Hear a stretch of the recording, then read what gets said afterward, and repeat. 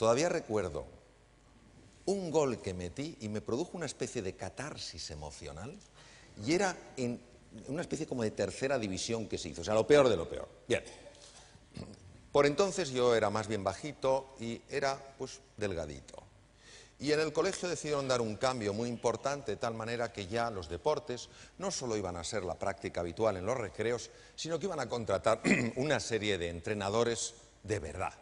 Entrenadores para enseñar a los chicos, era un colegio solo de chicos, para enseñar, bueno, a mejorar su deporte. Y me acuerdo que nos citaron a nuestro curso en el patio, iban a venir los entrenadores.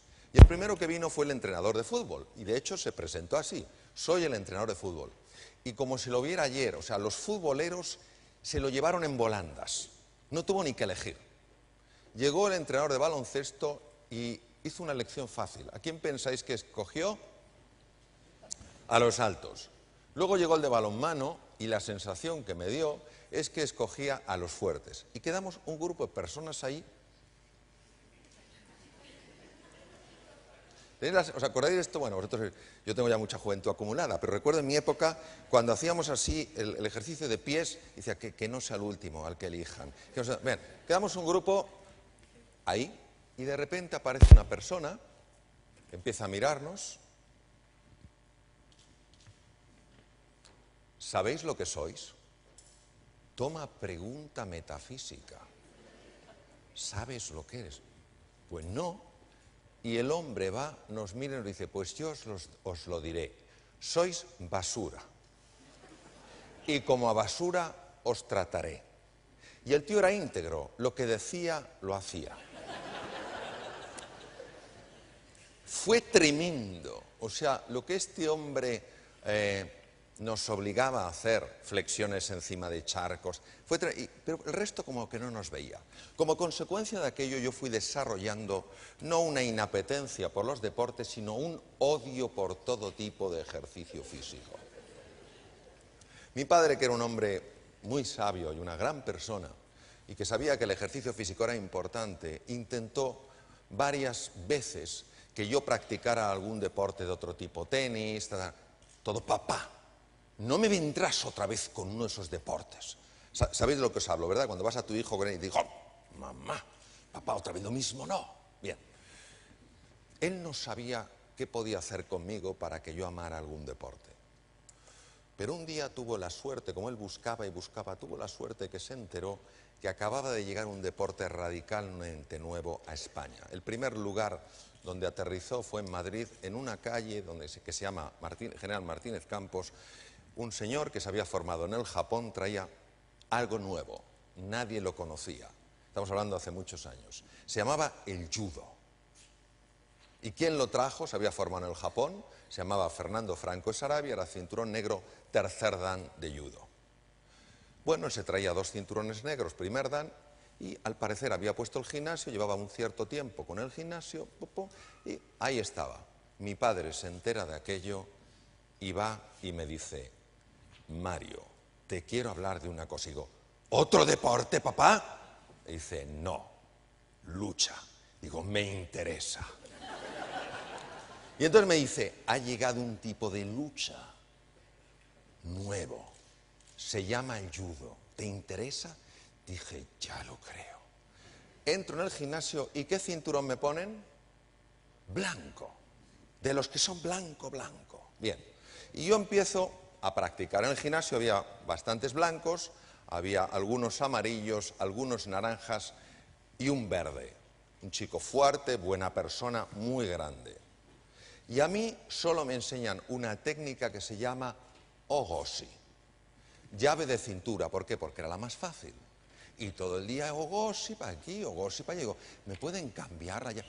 No, ogoshi, ogoshi, ogoshi. Bien.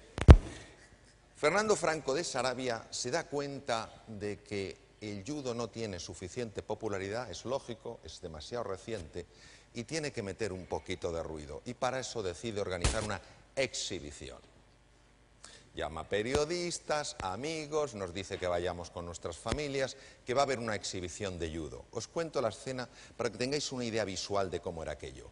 El gimnasio samurái tenía un tatami, una lona azul muy grande, era muy grande. El gimnasio tenía, la pared era entera de bambú, bambú fino, y al final aparecía la imagen de un samurái, estaba pintado en el bambú, con los colores rojo y negro típico de los samuráis. Bien, a la derecha nos íbamos a poner todos los judokas. Competíamos en pareja a un punto, a un ippon, porque éramos unos cuantos y no había tiempo para más. Y a la izquierda estaban los bancos, donde estaban las familias, los periodistas, etcétera, etcétera. Y a medida que competían dos judokas, había uno que ganaba, pero los dos se sentaban. Bien, esta es la situación. Yo, como era blanco, estaba aquí. Los jueces, Fernando de Franco Sarabia y los otros dos cinturones negros. Era mi primera exhibición. Y empiezan a llamar a los blancos. Y digo, bueno, ahora me tocará a mí. Y se acaban los blancos. Y estoy yo, un hueco, amarillos, naranjas y el verde. Y digo, no puede ser. Me toca con un amarillo. Y se acaban los amarillos. Y el hueco se extiende. Y digo, con un naranja no puede ser. Y también se acaban los naranjas. Y queda un enorme hueco, en un extremo el verde y el otro yo. Yo en situación de absoluta crisis. Y aguzo el oído y escucho con perfecta claridad el diálogo que mantienen los jueces. Y uno le dice al otro, nos hemos equivocado. No hemos llamado a ese blanco y como compita con el verde, le mata. Digo, efectivamente. Pero escucho a otro de ellos decir, pero el verde es nuestra estrella, que se luzca. Digo, conmigo. Bien, llaman al verde y me llaman a mí. Y yo veo aquello y un murmullo. Al favorito en el combate siempre le ponían el cinturón rojo. El cinturón rojo solo hay uno por escuela, es el 10º dan, la máxima autoridad, normalmente es el creador. Y yo recuerdo que me ponen a mí el cinturón rojo y mirándome el que me lo ponía diciendo, una última alegría, chaval. Esa es la situación en la que yo me encuentro. Y en ese momento mi padre da una voz y dice, Mario, ven acá. Y yo me quedo así, en medio de toda la gente, y me dicen los jueces, ve, como diciendo, si tienes un padre un poco loco, ve, ¿no? Entonces yo voy y le digo, ¿qué quieres, papá? Que voy a combatir. Bueno, yo en el fondo decía que voy a morir, que voy a combatir. Y va mi padre y me dice, tú puedes vencerle. Digo, ¿pero lo has visto? Dice, sí, hazle un ogoshi. Claro, ¿qué le iba a hacer yo? Claro. Digo, ¿un ogoshi? Dice, hijo mío, el ogoshi se te da tan bien. ¿Cómo se te da el ogoshi, hijo? La de veces que has hecho el ogoshi. Es que el ogoshi es tu llave. Bueno, yo no sé lo que hizo en mí, pero cuando yo volví yo no tenía un ogoshi. El ogoshi me tenía a mí. Hicimos el saludo oficial y el verde vino sobrado. Claro, ¿cómo no iba a venir sobrado con un blanco novato? Según se acercó, yo me lancé como una bestia, le agarré y hice ¡guau! Le levanté con tanta fuerza que creí que le mataba. Y le agarré con la mano para que no se estrellara contra la pared. Claro, tenía tanto peso que tiró de mí en el aire, cayó sobre mi brazo y me lo fracturó, pero gané yo. Recuerdo que se hizo un silencio, yo estaba, me había partido el brazo, recuerdo que... Y se escuchó, es imposible. Ha ganado el blanco. Bien, ¿por qué os cuento esto? A ver, ¿a mí me daba la seguridad mi ogoshi? No. ¿A mí me daba la seguridad? No.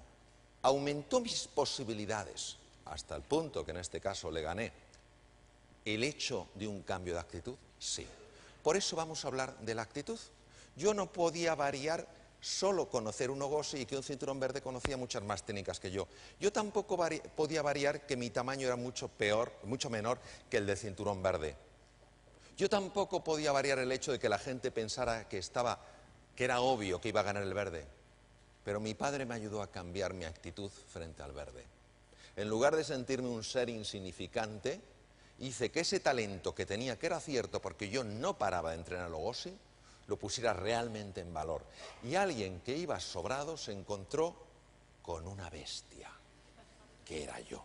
Bien, entonces, yo sería un iluso si pensara que lo que yo os voy a contar, lo que voy a compartir con vosotros, por sí solo tuviera el poder de generar una transformación y os ayudara a creer mucho más en ese potencial que tenéis y que es real. Pero nosotros sabemos que los sistemas en los cuales las explicaciones están presentes tienen un valor, pero limitado. El verdadero valor está cuando se produce la reflexión interior. Cuando algo en vuestro interior empieza a resonar con esto y empieza a decir, pues sí es verdad, si yo he sido capaz de resolver un montón de dificultades en mi vida, se me había olvidado. Y el inconsciente se pone en marcha y te recuerda quién eres de verdad. Y te recuerda tu talla de verdad. Y te ayuda a darte cuenta, de que eres perfectamente capaz de hacer frente a cualquier desafío que la vida te ponga delante. Pero esto es como el sistema educativo. ¿Quiénes tenéis niños en el sistema escolar, en edad escolar? Levantar la mano. Yo siempre la levantaré, nadie estará solo. Bien, bien. No es cierto que montones de veces vemos que se les enseña una barbaridad de cosas, montones de conocimientos, y no se averigua cuál es el talento fundamental de esa persona. Muchas veces el talento que se sale de lo ordinario es profundamente desconocido. Yo compartí un par de conferencias con Sir Ken Robinson, que tuvo la increíble fortuna de entrevistar a John Lennon y Paul McCartney. Fueron compañeros de colegio en Liverpool. Y les preguntó, ¿desde cuándo os gusta la música? Y dice, desde que éramos muy pequeñitos. ¿Tuvisteis clase de música en el colegio? Sí. ¿Qué pensaron de vosotros? Que no teníamos ningún talento. Entonces, hay veces que se nos olvida que el talento realmente importante en ciertos momentos de la vida puede estar más oculto de lo que parece. Esos descubrimientos que hoy todos podemos hacer es fruto de una facultad que solo el ser humano tiene, que se llama la inteligencia. ¿Sabéis de dónde viene la palabra inteligencia? La palabra inteligencia viene del latín, es intus legere, que quiere decir mirar adentro. Luego hoy todos aquí tenemos una propuesta, que es la de mirar hacia adentro y descubrir que todos tenemos en nuestro interior capacidades, fortalezas y recursos, no solo para salir de esta situación, sino para salir fortalecidos. Mirad, nosotros podemos acertar varias cosas, podemos aceptarlas. Aquí tenemos que aceptar la complejidad. Aquí este no es un mundo sencillo. Tenemos que aceptarlo. También tenemos que aceptar la incertidumbre. Todos lo sabemos, cada día es una sorpresa. Pero aceptar nosotros la desorientación, no tener ni idea hacia dónde vamos, eso no tenemos por qué aceptarlo. Y somos cada uno de nosotros los que tenemos que decidir cuáles son esos valores que tienen de verdad sentido en nuestra vida. Y no esperar a que otros los pongan por nosotros. Decía el gran emperador estoico romano, Marco Aurelio, decía, la sabiduría es el arte de aceptar aquello que no puede ser cambiado. Vale. De cambiar aquello que sí puede ser cambiado. Y sobre todo de conocer la diferencia. Nosotros no podemos cambiar la complejidad del mundo, eso sí, es un mundo muy complejo. No es el fin del mundo, pero sí es el fin de un tipo de mundo. También tenemos que aceptar la incertidumbre, no podemos cambiarla. Hay un gran componente de incertidumbre. Pero lo que sí que podemos cambiar es la desorientación. ¿Qué es eso de ir desorientados? Os voy a poner una película, es un documental curioso. Mutu futira twainka peleta tusiani pele nam twainka katobu penga twense tobire mutu bwene namu tumuchindaba bense.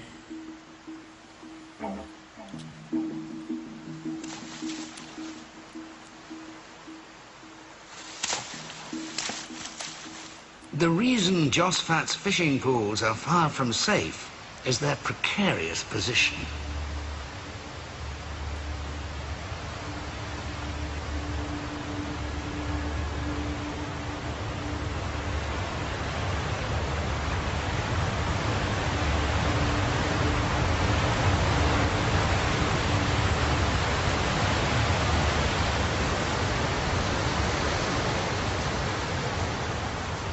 at the very top of Victoria Falls.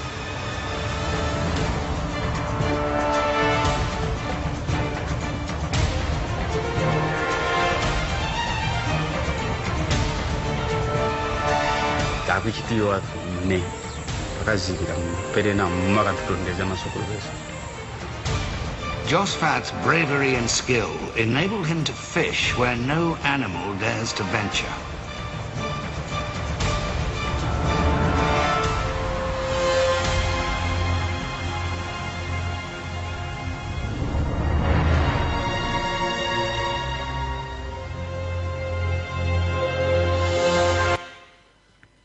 Vosotros fijaros el nivel de incertidumbre que tiene esta gente y el nivel de complejidad.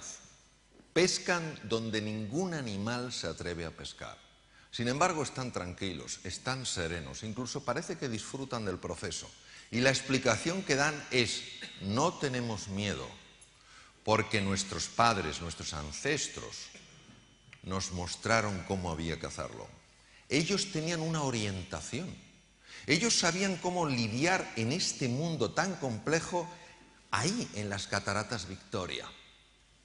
Nosotros necesitamos encontrar referencias claras para orientarnos y tenemos que encontrarlas nosotros, no esperando que alguien nos las dé. Entonces podremos aceptar la complejidad, podremos aceptar la incertidumbre, pero no estaremos desorientados. Tenemos que ser capaces de abrir una ventana en el muro. Antes lo comentabas, Belén, cuando hay tantos es que tal, es que tal, es que tal, es que cual, que no mueven a nada, tenemos que encontrar hay que. Y esto implica varios cambios en la mentalidad. El primero es darse cuenta de que hay algo que tiene que ser hecho y no esperar a que otros lo hagan. Esto es básico. Voy a hablar en un sentido muy de planeta Tierra. Si esperamos el Salvador ya ha llegado y somos cada uno de nosotros. Que luego llega alguien del entorno socioeconómico, político que ayuda, fantástico. Pero nuestra vida es demasiado preciosa como para ponerla plenamente en dependencia de lo que decidan unas u otras personas. Una vez que tú ves algo, sentir las ganas, el hambre, la motivación de hacerlo. Y en cuarto lugar, saber, sentir la confianza. La confianza de que puedes hacerlo. ¿Cómo es el proceso? Mirad, el proceso es el proceso del liderazgo. Y aquí vamos a ver un vídeo muy sencillo que desde mi punto de vista lo refleja muy bien.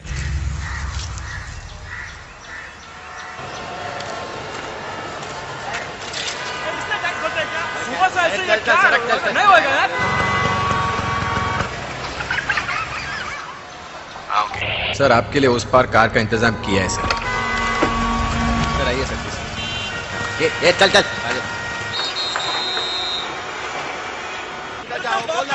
क्या बात करता है क्या ऊपर से जाएगा क्या ऊपर से जा जा गया main show I hate this country. कुछ करो ना। अब मैं वहां जाके क्या उखाड़ लूंगा?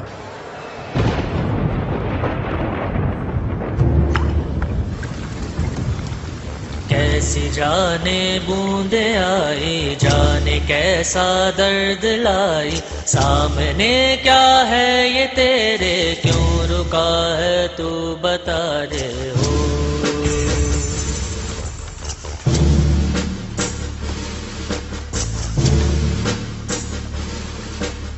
कौन तुझको पार लेगा कौन होगा वो मसीहा जिसे तू ढूंढता है वो ही है तू वही है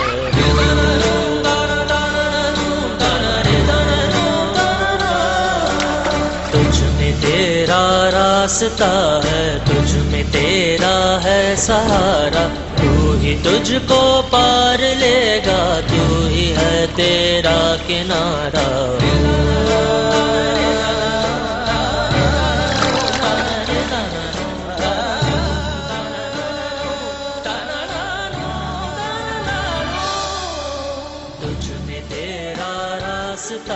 है तुझ में तेरा है सहारा तू ही तुझको पार लेगा तू ही है तेरा किनारा जिसे ढूंढता है तू ही रे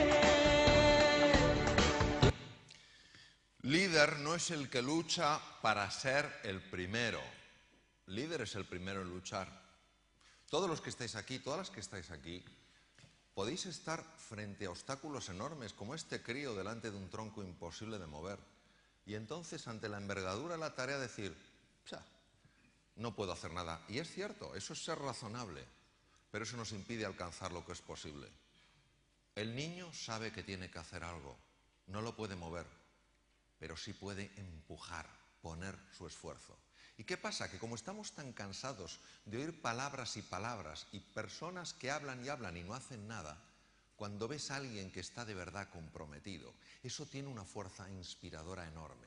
Y no podemos esperar a que sean otros los que empiecen, tenemos que ser nosotros. Y cada uno de nosotros inspirará a otras personas a creer en su potencial. Y cuando todos estamos juntos, no hay tronco que se resista.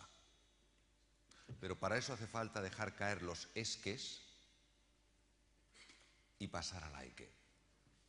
Y hay muchísima contaminación ambiental. Tenéis que ser muy cautos con aquello a lo que prestéis atención. Lo que os voy a decir no es una broma. Yo lo vi una de las veces que estaba en Boston. Fue un informe que hicieron los psiquiatras de la Universidad de Harvard alertando a la población de los Estados Unidos para que no vieran el telediario de las 11 de la noche. Y uno se pregunta, ¿pero por qué? Porque estaban muy preocupados estos psiquiatras viendo cómo el insomnio estaba subiendo. Y claro, uno dice, bueno, el insomnio, ¿qué más da? Al fin y al cabo, ¿os acordáis hace años que había un anuncio, una bebida que decía, la noche es larga, ya dormirás bastante cuando te mueras? Cosa espectacular. Bien. Y diréis, bueno, ¿es importante dormir? Solo en los Estados Unidos al año hay 100.000 accidentes de circulación de coches porque la gente duerme poco. ¿Qué os quiero decir? Por supuesto que las noticias, cuando son duras, hay que comprenderlas, hay que conocerlas, pero lo que no hay que absorber es la negatividad que a veces va con las noticias, la sensación de desesperanza, de incapacidad de hacerle frente. Recuerdo que una vez conté con un pequeño grupo de directivos de una empresa de tecnología el tema del judo con mi padre. Y había otra persona que me dijo, Mario, es alucinante, me pasó algo muy similar a ti. Me tocó combatir con una persona con un cinturón mucho más alto que el mío.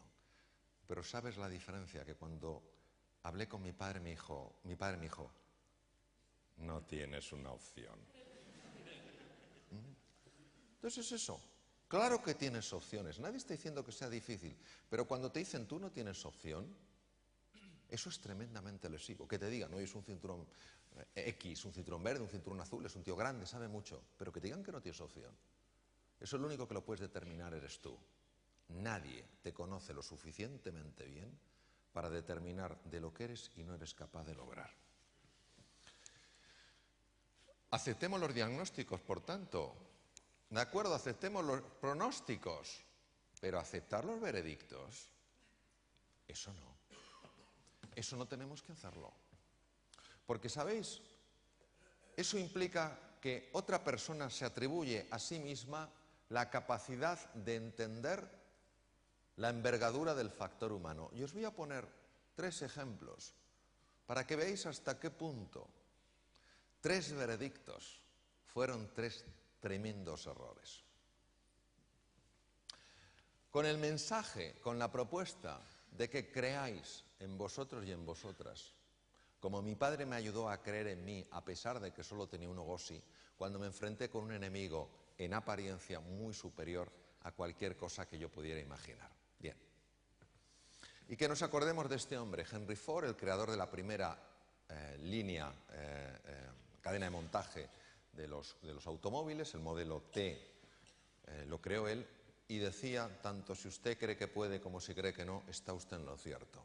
Y que también nos acordemos del filósofo José Ortega y Gasset, que decía, las ideas las tenemos, en las creencias estamos, en las creencias vivimos. Entonces, ¿qué estás dispuesto, ¿Qué estás dispuesta a creer sobre ti mismo y sobre tu capacidad de hacer frente al desafío? Mirad, os voy a contar una historia que es absolutamente sorprendente. Aquí tenéis una niña con su muñequita y junto a una señora. Esta niña nació en 1889 en una localidad en Alabama llamada Tuscumbia. La niña nació sin ningún defecto físico, pero a los 16 meses de edad algo le ocurrió. Ese algo no se sabe muy bien lo que fue, pero degeneró en una meningoencefalitis muy severa.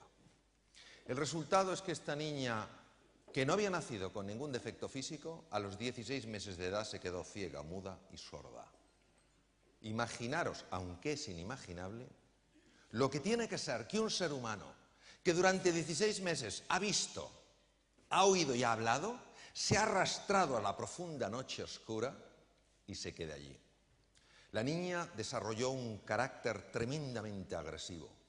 Los padres, el padre era capitán de la Marina Mercante, intentaron que la niña aprendiera el lenguaje de los sordomudos a través del tacto. Pero la niña escondía agujas de ganchillo y cuando llegaban los lingüistas se las clavaba. Con lo cual pronto nadie quiso ir a Tuscumbia a enseñar a esta niña que se llamaba Elena. Los padres tiraron la toalla. No tiene ningún futuro. El diagnóstico era muy duro, el pronóstico obviamente no era nada bueno, pero hicieron un veredicto. Helen no tiene futuro. Pero lo que es la vida, ¿verdad? La vida siempre nos sorprende, es la belleza la vida. Pasó por allí un famosísimo inventor, Alexander Graham Bell, que era muy amigo de la familia, y preguntó por la niña, ¿cómo está Helen? Alexander, hemos tirado la toalla. No hay nada que hacer. Y él dijo, seguir intentando cosas. El padre dijo, no quiero más jarros de agua fría, Alexander. La madre dijo, si tú nos propones algo diferente. Y él dijo, sí, os propongo que os pongáis en contacto con el Instituto Perkins para ciegos de la ciudad de Boston, pero que solo manden a una persona. No os interesa nada más que esta persona. Se llama Annie Sullivan. Y el padre le dijo, ¿pero qué pasa, Alexander? ¿Esta es una lingüista muy famosa? Dijo, en absoluto. Entonces, ¿qué tiene esta mujer? Y Graham Bell dijo, es la única persona que conozco que es capaz de despertar el alma dormida. Annie Sullivan fue a Tuscumbia con gran dificultad por parte de los padres, con enorme rechazo por parte de esta niña. El resultado fue el siguiente. El tiempo pasó y esta niña, ciega, muda y sorda, que está aprendiendo ajedrez con su institutriz, Annie Sullivan, fue la primera mujer de la historia que se graduó con honores por Radcliffe. Radcliffe, que es un college que está en Cambridge, pertenece a la Universidad de Harvard. Primera mujer de la historia, que no tenía futuro. Pues un periodista la entrevistó y utilizando el lenguaje de los sordomudos aplicado al tacto, le dijo, señorita Keller, dígame usted una cosa, ¿hay algo peor en esta vida que ser ciego? Y ella dijo, sí señor, es peor poder ver y no tener una visión, porque cómo ve usted el futuro determina cómo vive el presente.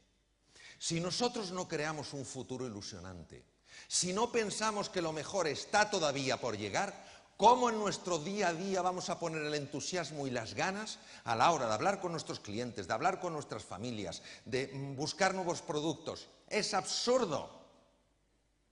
Si pensamos que lo mejor está aún por llegar, encontraremos suficiente fuerza en nuestro día a día para poner esa intensidad emocional que hace que las cosas sean extraordinarias. Pero hay más casos. Esta película es muy conocida y está basada en una historia que sabéis que es real. Mandela estuvo 26 años en la cárcel de alta seguridad de Robben Island. Cuando su hijo fue probablemente asesinado, le impidieron ir al funeral, al entierro. Bien. Durante 3 años Mandela odió a los carceleros, pero algo cambió en su interior y empezó a generar un sueño, el de una nación unida, la reconciliación. Eso le supuso, cuando salió de la cárcel, fue nombrado presidente de la nación sudafricana, le costó un gran enfrentamiento con su mujer y sus hijas, que querían revancha. El equipo de rugby de Sudáfrica, que era un equipo normalito, representaba el apartheid y quería a la población de color que lo quitara de en medio. Y él pensó que lo que tenía que servir es para unir a las personas. Y vais a ver una escena muy breve de la película Invictus, donde el capitán del equipo de rugby de Sudáfrica, que acabó ganando el campeonato del mundo frente a la nación de Nueva Zelanda, que era la más poderosa, visita la cárcel donde estuvo Mandela. Y aquí vamos a ver un extracto de una cosa que es histórica, donde ve el momento, siente el momento en el que Mandela decidió que ninguna circunstancia tendría más poder en su vida que la capacidad de actuar como un ser libre.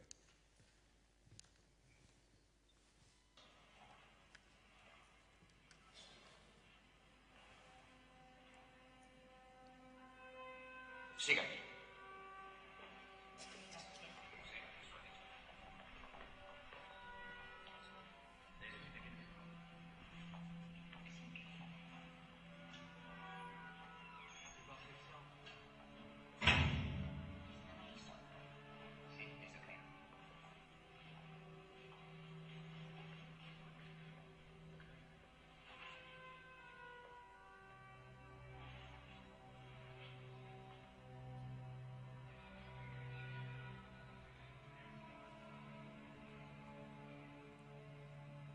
En la noche que me envuelve, negra como un pozo insondable, doy gracias al Dios que fue, por mi alma inconquistable. En las garras de las circunstancias, no he gemido ni llorado. Ante las puñaladas del azar, si bien he sangrado, jamás me he postrado. Más allá de este lugar de ira y llantos, acecha la oscuridad con su horror.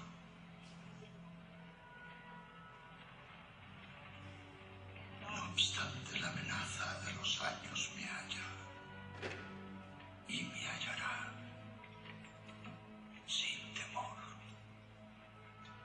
Ya no importa cuán recto haya sido el camino, ni cuántos castigos lleve a la espalda. Soy el amo de mi destino. Soy el capitán de mi alma.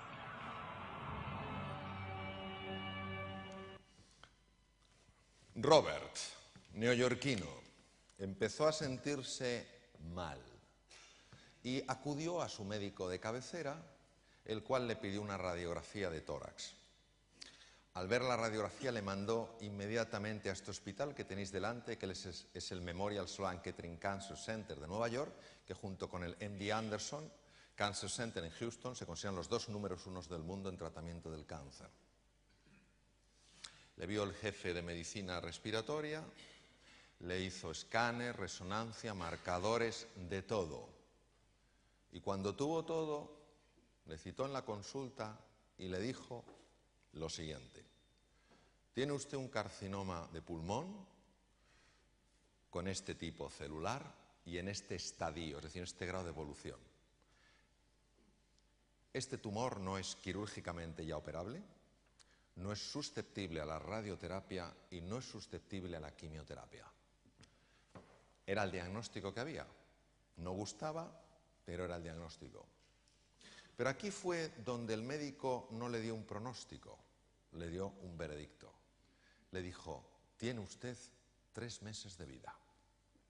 Robert le dijo: doctor, acepto su diagnóstico, no acepto su veredicto. Tengo demasiadas cosas que hacer. Yo me imagino que esta persona, este médico prestigioso con un montón de conocimientos y una profunda ignorancia sobre el factor humano, se reiría para sus adentros diciendo: otro iluso. Robert no pudo recibir ningún tratamiento porque era un tumor maligno, no susceptible a ningún tipo de intervención, ni de radio, ni de quimio, ni de cirugía. Robert vivió 3 años, con muy buena calidad de vida, y lo sé porque su íntimo amigo es un grandísimo amigo mío, y me fue teniendo al corriente de todo. Hizo todo lo que tenía que hacer. El tumor estuvo quieto durante 3 años.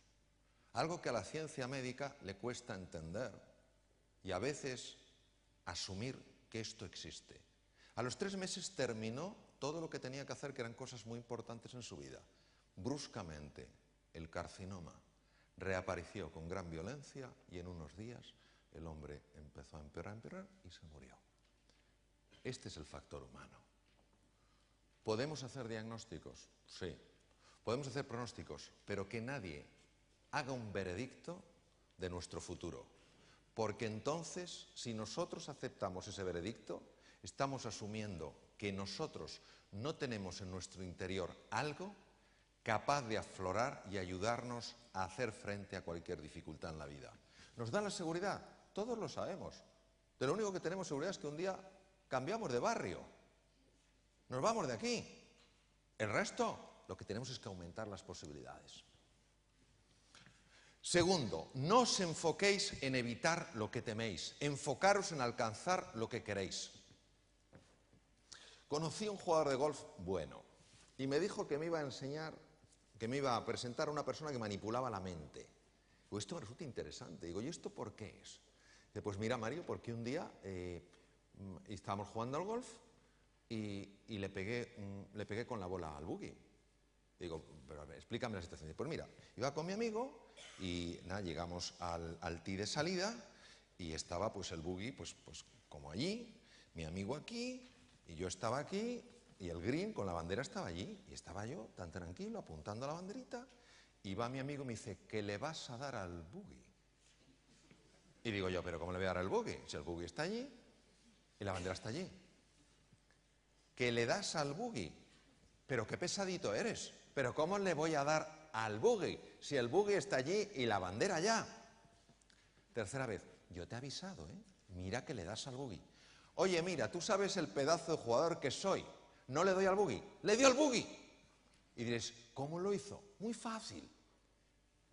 Porque a nivel inconsciente, él empezó a desarrollar la idea, sobre todo, no tengo que darle al buggy. No tengo que darle al buggy. ¿Y qué pasa cuando te dicen no pienses un elefante rosa? Que el único animal de la selva que aparece es rosa, y es elefante. Por consiguiente, hay que jugar a ganar. ¿Os imagináis a un Rafa Nadal jugando a no perder? El foco en lo que quieres, no en lo que temes. ¿Por qué? Porque donde tú pongas tu atención será siempre más real para ti. Llega alguien nuevo a la empresa. Dice, ¿has visto el defectillo que tiene este? Sí. Al día siguiente, oye, ¿te has fijado este defectillo? Nada, ¿eh? Esto es un defecto, ¿eh? Y tanto. Y al siguiente día, oye, este es defectuoso, ¿eh? Ah, desde luego. Donde pongas la atención será más real para ti. Si juegas a perder, la posibilidad de perder es mucho mayor.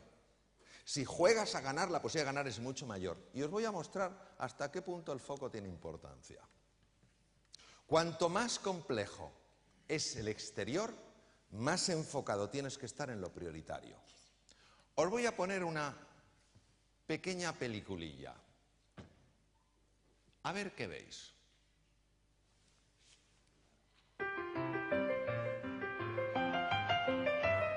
Clearly, somebody in this room murdered Lord Smythe, who, at precisely 3:34 this afternoon, was brutally bludgeoned to death with a blunt instrument. I want each of you to tell me your whereabouts at precisely the time that this dastardly deed took place.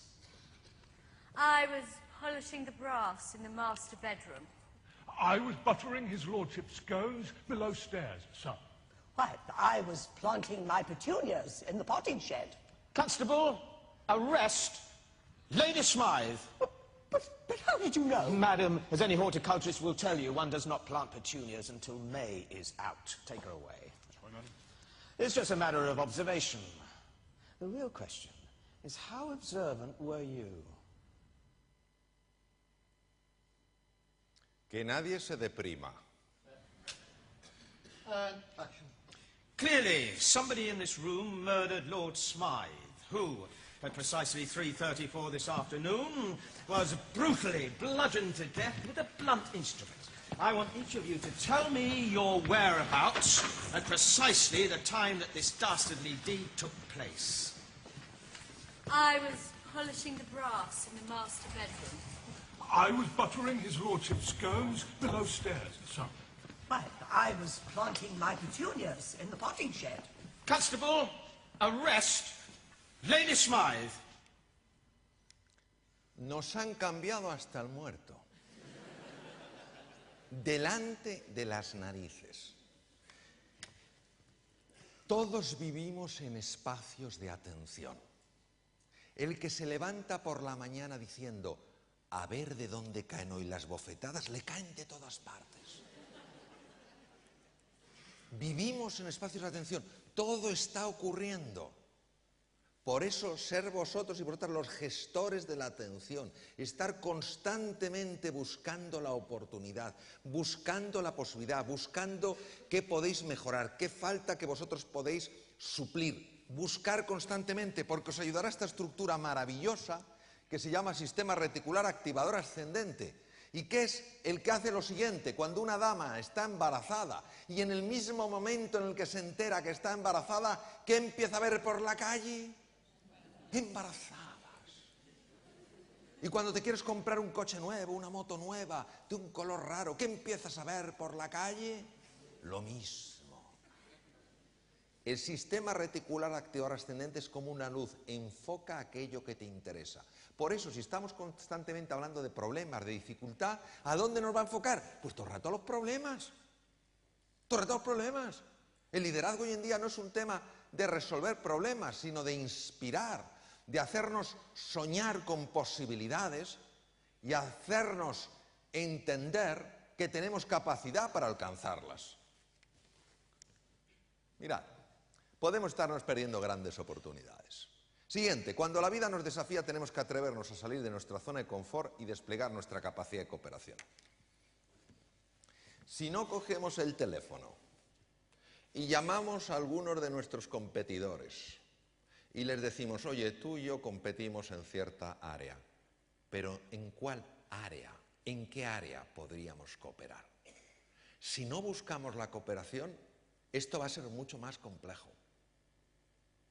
Hay que buscar constantemente la cooperación. Es el momento de sustituir intereses particulares por un ideal común. Es fácil, nadie está diciendo que esto es fácil. ¿Es posible? Desde luego. Esto es lo que es la sinergia. Oxígeno e hidrógeno crean algo especial, el agua. Mirad.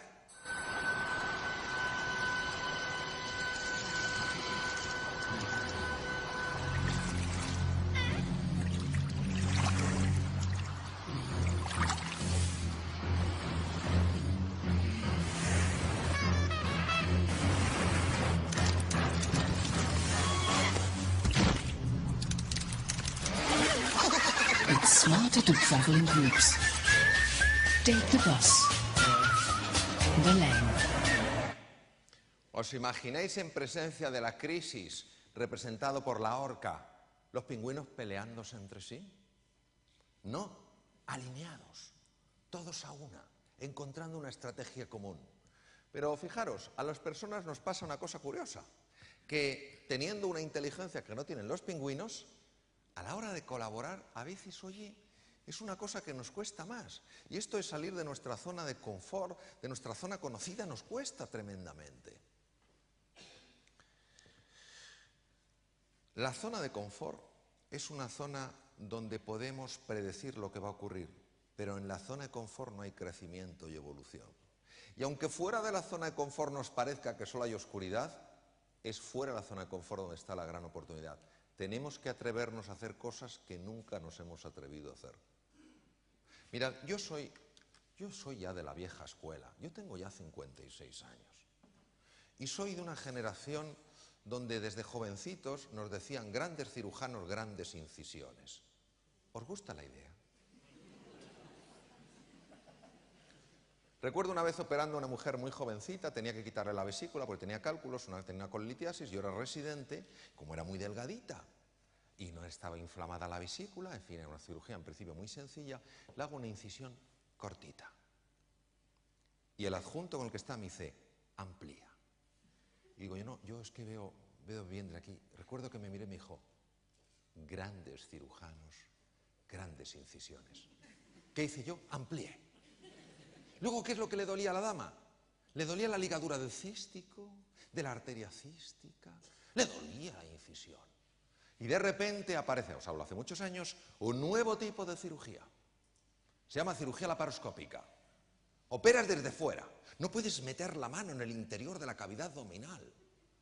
Un cirujano tiene que tocar. Porque nuestras manos se convierten en ojos. Y ahora estás fuera. Encima, ya no ves en 3 dimensiones. Oye, nos gusta todo ver en profundidad, que sí. Pues estás delante de una pantalla de televisión mirando. Y además, el instrumental que te dan es muy raro. Porque tú lo mueves para acá y como está apalancado en la pared abdominal, la punta se mueve para el otro lado. Bien. Entonces, claro, la zona de confort era grandes cirujanos, grandes incisiones. Digo, oye, pues mira, esta cirugía laparoscópica puede ser un cambio, porque claro, dicen que se puede ir al día siguiente, a los 2 días en casa, a su casa. Y entonces digo, pues aquí hay que aprender bien. Caja de metacrilato. Arriba, o sea, la parte de arriba era de goma. Ahí pinchabas los trócares y tal, con la cámara de televisión mirando y poníamos una monedita. Y con las pinzas intentábamos coger la monedita mirando la pantalla. No sabéis lo que era eso. La monedita tenía ruedas. Oye, pero si yo la tenía. ¿Cómo? Un día, por la noche, soñé que estaba operando en la cajita y cogía la monedita. No sabéis, fue un periodo de éxtasis en mi vida. Ya era diestro con la monedita y ahora tenía que pasar al animal de experimentación, el minicerdo. Me voy a trabajar la laparoscopia con el minicerdo y estábamos, cada mesa operábamos 3 minicerdos y estábamos 3 cirujanos. Un catedrático de un hospital, yo estaba aquí, que era de otro hospital, y un residente de otro hospital. Y llega el primer minicerdo que me tocaba a mí. Y yo, como era bueno con la monedita, yo estaba subido de tono. Digo, estos se van a enterar de lo que es operar bien un minicerdo. Y empiezo y le digo al catedrático, tire más de la vesícula, por favor. Y yo diciendo, estos se están quedando alucinados. Yo, pum, pum, y digo, la vesícula fuera. Y de repente el minicerdo hace ¡cloc! Y casca.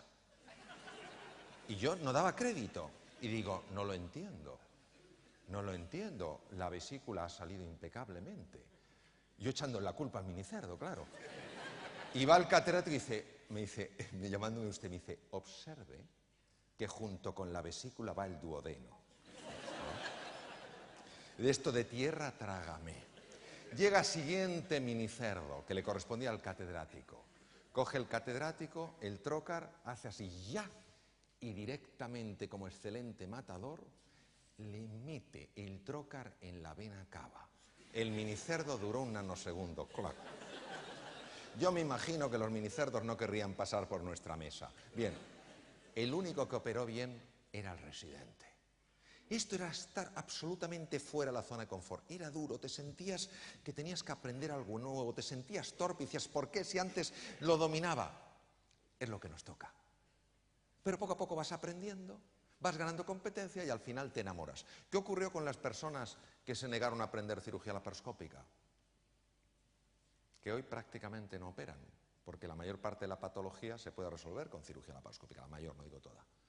Es decir, todos tendremos que salir de nuestra zona de confort y aceptar humildemente que vamos a estar haciendo las cosas torpemente, aprender lo más deprisa que podamos y seguir adelante.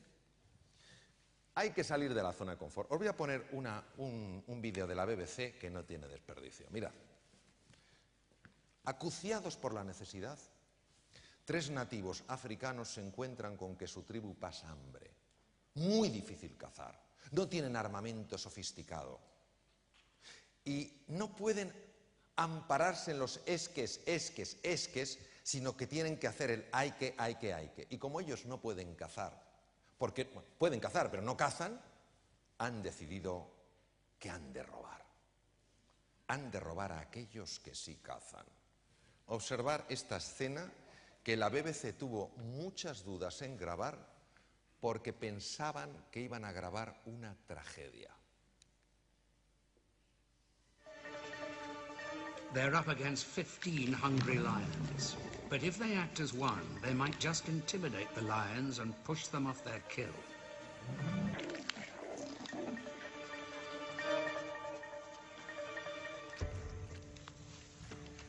They make their move. Self-confidence is everything.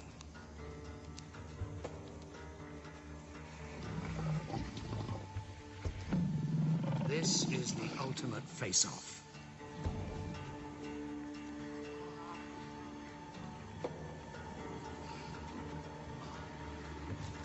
Suddenly, the lions back off.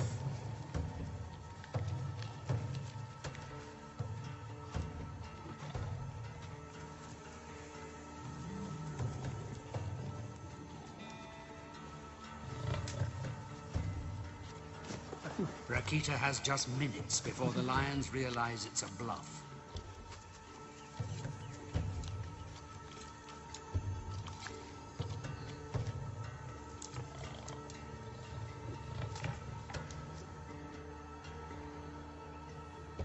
In a matter of seconds, he butchers the haunch of the wildebeest and they beat a hasty retreat.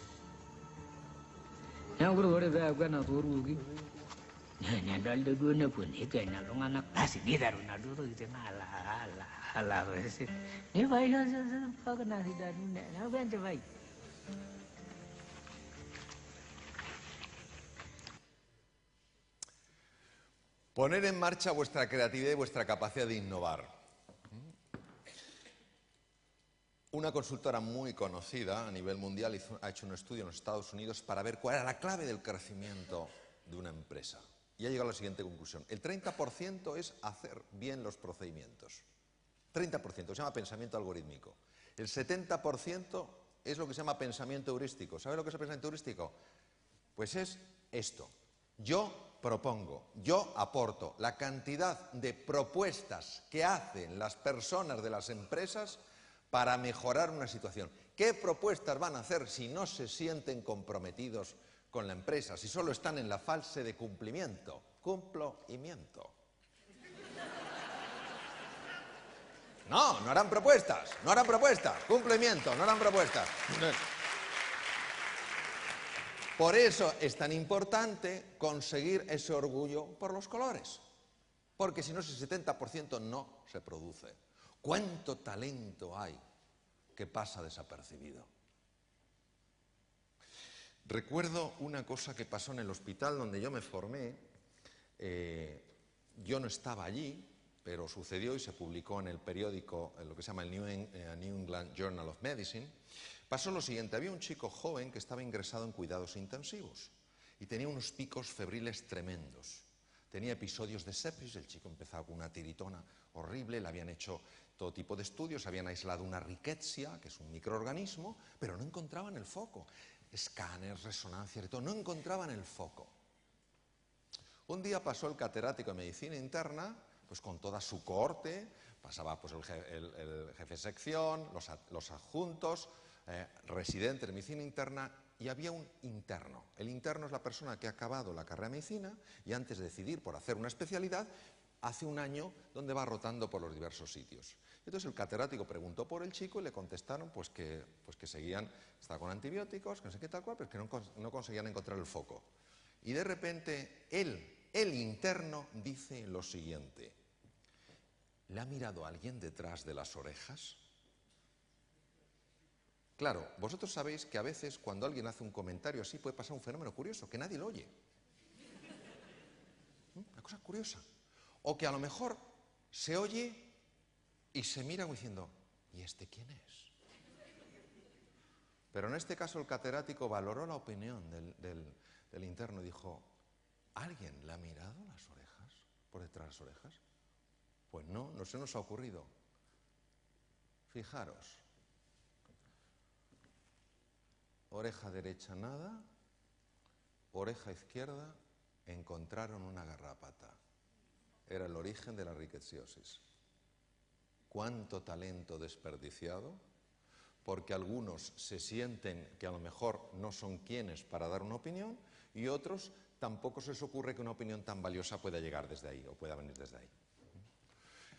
Una cosa muy importante sobre el tema de la creatividad. La clave es qué os hace ser más creativos. Y sabemos, sobre todo a raíz de los estudios de Teresa Maville, que es catedrática de psicología en la Universidad de Harvard, que la clave para la creatividad, ¿sabéis cuál es? El entusiasmo y la pasión. La creatividad es hija de la pasión, no de un frío razonamiento, sino de estar enamorado por un proyecto, por una idea, por algo. Mirad, nosotros vamos a triunfar. Todos los que estamos aquí vamos a triunfar y vamos a ayudar a que otras personas triunfen. Pero ¿sabéis por qué vamos a triunfar? No porque tengamos una bolita de cristal, sino porque estamos determinados a hacerlo. Os voy a contar otra historia que para mí ha jugado un papel muy importante en mi vida. Este era un joven norteamericano que trabajaba como dibujante en un periódico de Nueva York. Su misión era dibujar una tira cómica y un día le echaron del periódico. Y él quiso saber por qué le echaban, porque no había ningún ERE, no había nada. ¿Por qué me echan? Y dice, no, se vete a hablar con el director. Fue a hablar con el director y le dijo, quiero saber por qué me despide usted. Dice, pues mira, porque te está observando y tú tienes algo, en fin, tú careces de imaginación. Y alguien que carece de imaginación como tú no puede estar en este periódico. En ese momento, y esto es un hecho histórico, esto le sacudió profundamente a la persona y tomó una decisión, una firme resolución. Escucharla.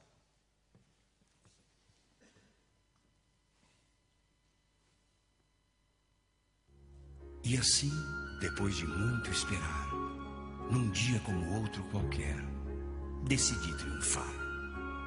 Decidi não esperar as oportunidades, e sim eu mesmo buscá-las. Decidi ver cada problema como uma oportunidade de encontrar uma solução.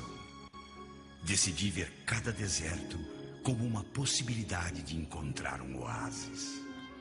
Decidi ver cada noite como um mistério a resolver. Decidi ver cada dia como uma nova oportunidade de ser feliz. Naquele dia descobri que meu único rival não era mais que minhas próprias limitações e que enfrentá-las era a única e melhor forma de superá-las.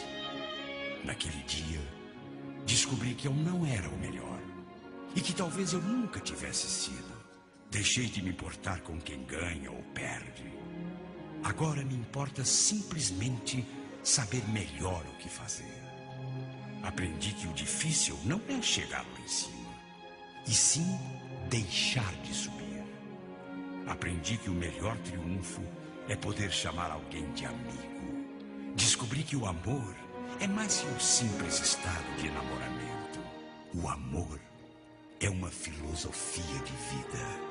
Naquele dia, deixei de ser um reflexo dos meus escassos triunfos passados e passei a ser uma tênue luz no presente.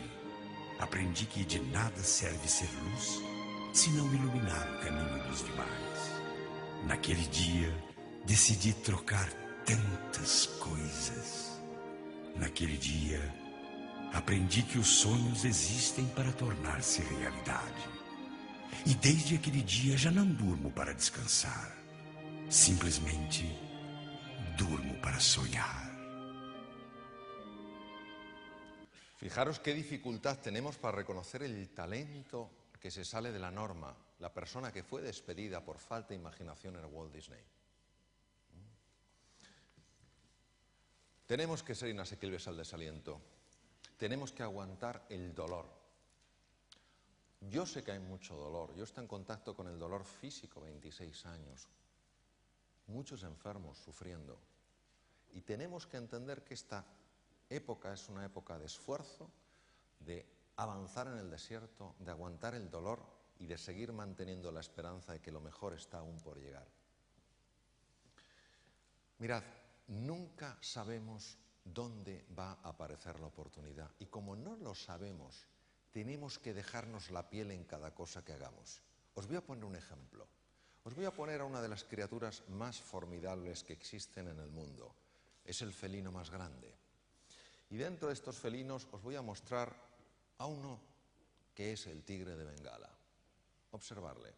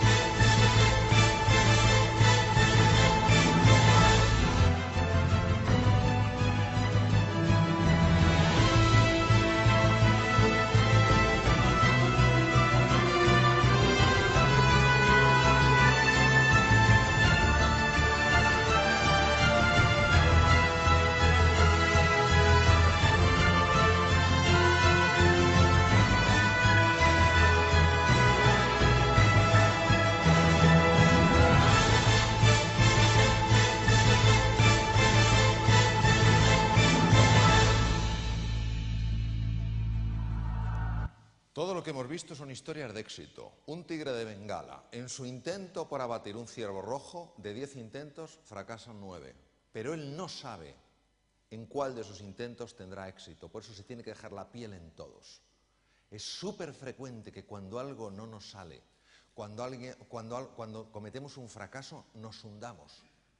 Imaginaros si el tigre de Bengala, uno de los felinos más formidables que hay, por no cazar un ciervo rojo se hundiera. Él sabe que antes o después lo cazará, pero tiene que poner la misma ilusión, el mismo empeño, el mismo compromiso una y otra vez. Por eso decía Winston Churchill, el éxito es la habilidad de ir de fracaso en fracaso sin perder entusiasmo. ¿Fácil? No. ¿Necesario? Sí. No aceptemos la manipulación. Os voy a explicar el impacto en el cerebro de los mensajes negativos cuando los hacemos nuestros.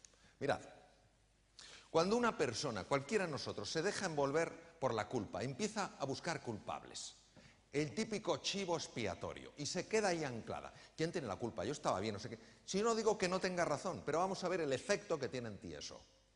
O cuando empiezas a angustiarte. ¿Qué es la angustia? La angustia es un miedo inespecífico. Estás angustiado pero no sabes a qué. O cuando nos desesperamos. No hay salida de aquí hasta dentro no sé cuántos. O cuando nos sentimos impotentes. Pero yo qué voy a poder hacer ante la magnitud del desafío. Sabemos que hay cambios muy importantes en el cerebro humano que han sido han sido medidos con resonancia funcional magnética. ¿Qué cambios son estos? La zona anterior del cerebro, la región prefrontal, básica en los procesos de análisis, básica en la toma de decisiones, básica en el aprendizaje y básica en la creatividad, recibe menos sangre. Hay un robo de sangre de la zona prefrontal.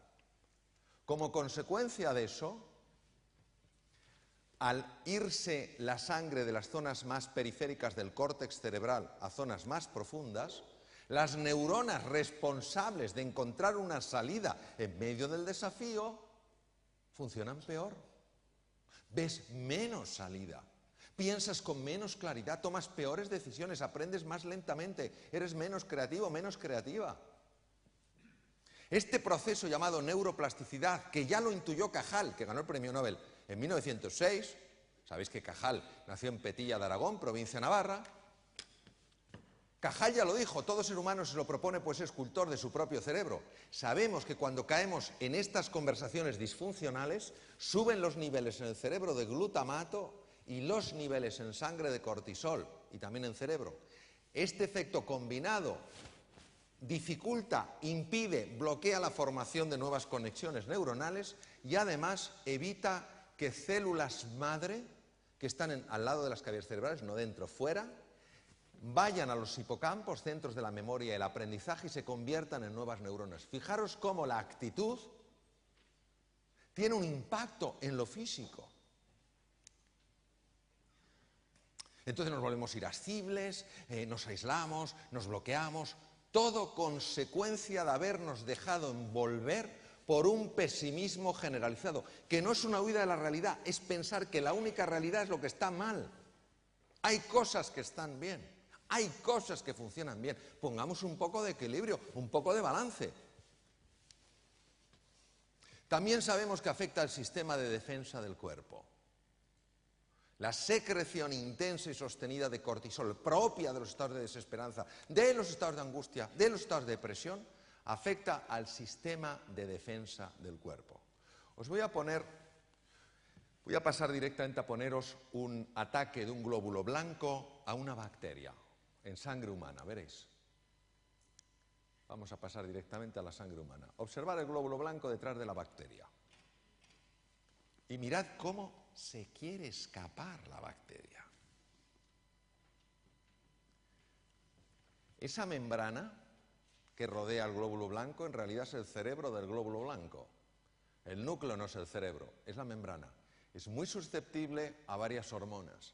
El cortisol, cuando se acopla al glóbulo blanco, dificulta su funcionamiento. Por eso es una de las razones por las que se utilizan los corticoides en los trasplantes para evitar el rechazo. Pues los estados de desesperanza, de ira, de frustración mantenidos en el tiempo bloquean estas células. Y es más fácil cogerse un catarro, cogerse una gripe, etcétera, etcétera.